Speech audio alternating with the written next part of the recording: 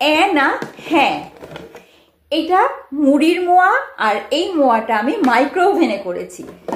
দেখো একদম নিখুঁত, পারফেক্ট আর 2 মিনিটে করা মাইক্রো ওভেনে মুড়ির মোয়া। নমস্কার বন্ধুরা, রেসিপি পেয়ারে সবাইকে স্বাগত। তাহলে এই রেসিপিটা আজকে তোমাদের সঙ্গে শেয়ার করব। চলো শিখে নাও মাইক্রো ওভেনে আমি কিভাবে মুড়ির মোয়া করি। মাইক্রো ওভেনে মুড়ির মোয়া করার জন্য এখানে আমি একটা মাইক্রোওয়েভ বোল নিয়েছি। আর বোলটার জন্য সারফেসটা একটু বেশি হয়, কেননা অনেক সময় গুড়টা যখন গরম হয় উপরে উঠে পড়ে যায়।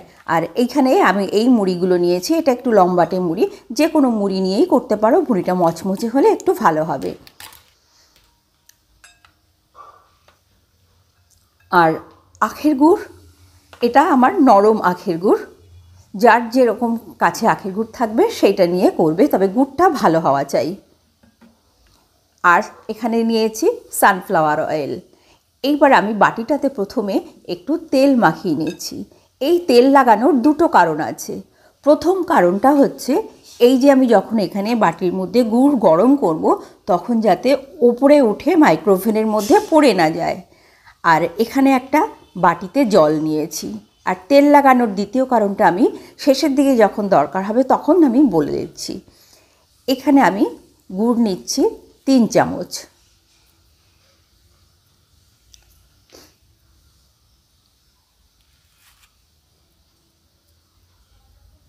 আমাদের মুড়িটা যেহেতু মেশাতে হবে, তার জন্য বাটিটা কিন্তু সবসময় যেন একটু বড় বাটি হয়।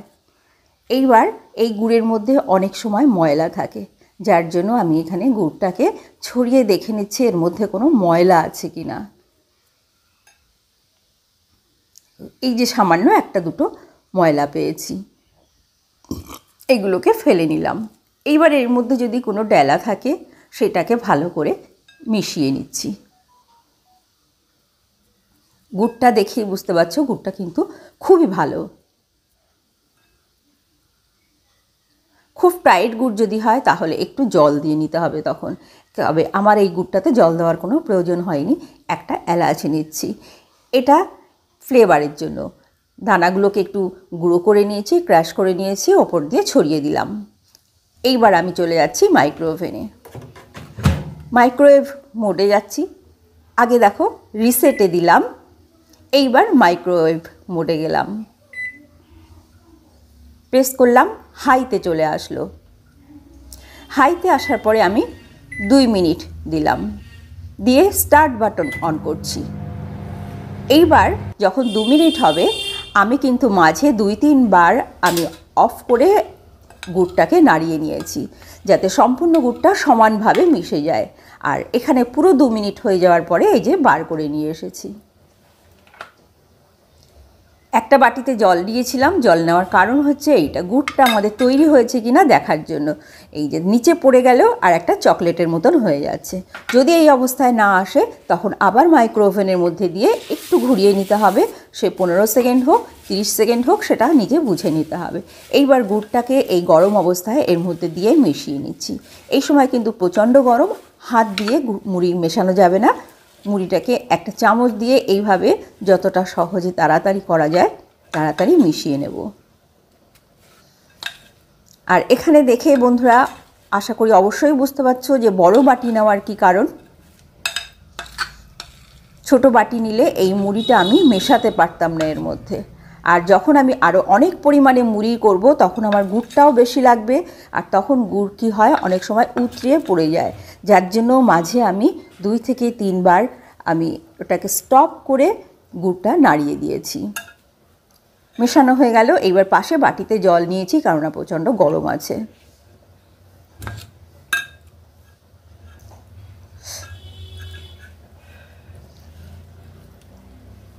এত গরম হাতেই ধরা যাচ্ছে না, হাত পুড়ে যাচ্ছে। আমি সঙ্গে সঙ্গে ফেলে দিলাম সহ্য করতে না পেরে। আবার একটু নাড়িয়ে ঠান্ডা করে নিচ্ছি, না হলে অসম্ভব এটা করা এখনই। এবার হাতটা একটু ঠান্ডা করে নিয়েছি। এইবার খুব চটপট করে আমি মুড়িগুলোকে আগে একটা শেপে এনে রেখে দিচ্ছি।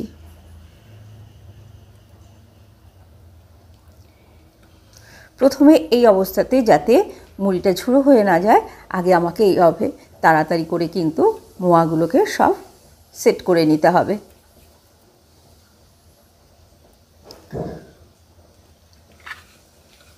বন্ধুরা, আমার চ্যানেলে কিন্তু বেশ কয়েকটা মাইক্রো ওভেনের রেসিপি আছে। ভালো লাগলে আমার চ্যানেলে ঢুকে রেসিপিগুলো দেখে নিতে পারো। আর যদি কোনো কারোর কমেন্টে কিছু জানার ইচ্ছা থাকে, অবশ্যই আমি জানিয়ে দেব যে কোন রান্নাটা কোন মোডে করলে বা কীভাবে করলে ভালো হবে।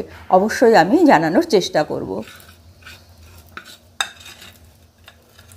আর এই ভিডিওটা যদি ভালো লাগে অবশ্যই লাইক করো আর সাবস্ক্রাইব করে সঙ্গে থেকো, কেননা আমাদের মুড়ির মোয়া বাড়িতে বাচ্চা থাকলে তো কথাই নেই। প্রত্যেকের ঘরে খুবই ভালো একটা এটা টিফিন আইটেম বলো বা টাইম পাসের খাবার বলো, একটা ভালো এটা খাবার, বা পুজোর সময় তো আমাদের করতেই হয়। এইবার আমি মোয়াগুলোকে টাইট করব আর রাউন্ড শেপে করে নিচ্ছি। দেখো, কারণ এখন ঠান্ডা হয়ে গেছে, এখন ঘোরাতে হাতে অসুবিধা হচ্ছে না, হাত পুড়ছে না।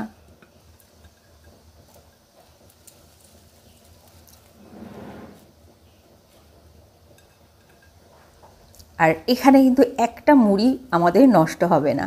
আর বলেছিলাম ওই যে তেল দেওয়ার আরেকটা কারণ, এখানে আমি যদি তেলটা বাটিতে প্রথমে না দিতাম তাহলে কিন্তু বাটির গায়ে গুড়টা খুব চিটকে যেত, আমার ধোয়ার সময় অসুবিধা হতো। এইবার আমি মোয়াগুলোকে যখন তুলে নেব এখান থেকে, তখন বাটিতে আমি একটু জল দিয়ে দিলেই এই যে বাটির গায়ে যে শক্ত হয়ে গুড়টুকু লেগে আছে এটা খুব সহজে উঠে যাবে। তাহলে তেল দেওয়ার এই দুটোই আমার কারণ। আর তেলটা যেন তবে বেশি না হয়, হালকা অল্প করে, না হলে তেলের গন্ধ চলে আসবে মোয়ার মধ্যে। এখানে একটা মুড়িও আমার কিন্তু নষ্ট হচ্ছে না, সমস্ত মুড়িগুলো এই মোয়ার মধ্যে সুন্দর করে সেটে যাচ্ছে। আমাদের কড়াইতে যখন আমরা গ্যাসে করি তখন আমাদের এই মোয়া করতে কিন্তু বন্ধুরা বেশ খানিকটা সময় লাগে।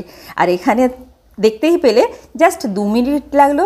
এবার পরিমাণে বেশি হলে 3 মিনিট লাগবে, বা গুড়ের উপর নির্ভর করে 2.5 মিনিট 3 মিনিট এইটুকুই যথেষ্ট।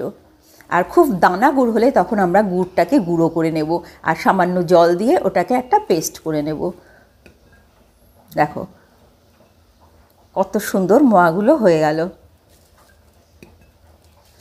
তাহলে মুড়ির পরিমাণটাও কিন্তু খুব বেশি ছিল না, যে পরিমাণটা মোয়া আমি মুড়িগুলো নিয়েছি তাতে কতগুলো মোয়া হলো দেখো, 1 2 3 4 5 6 7 8 9, 9টা মোয়া হয়েছে।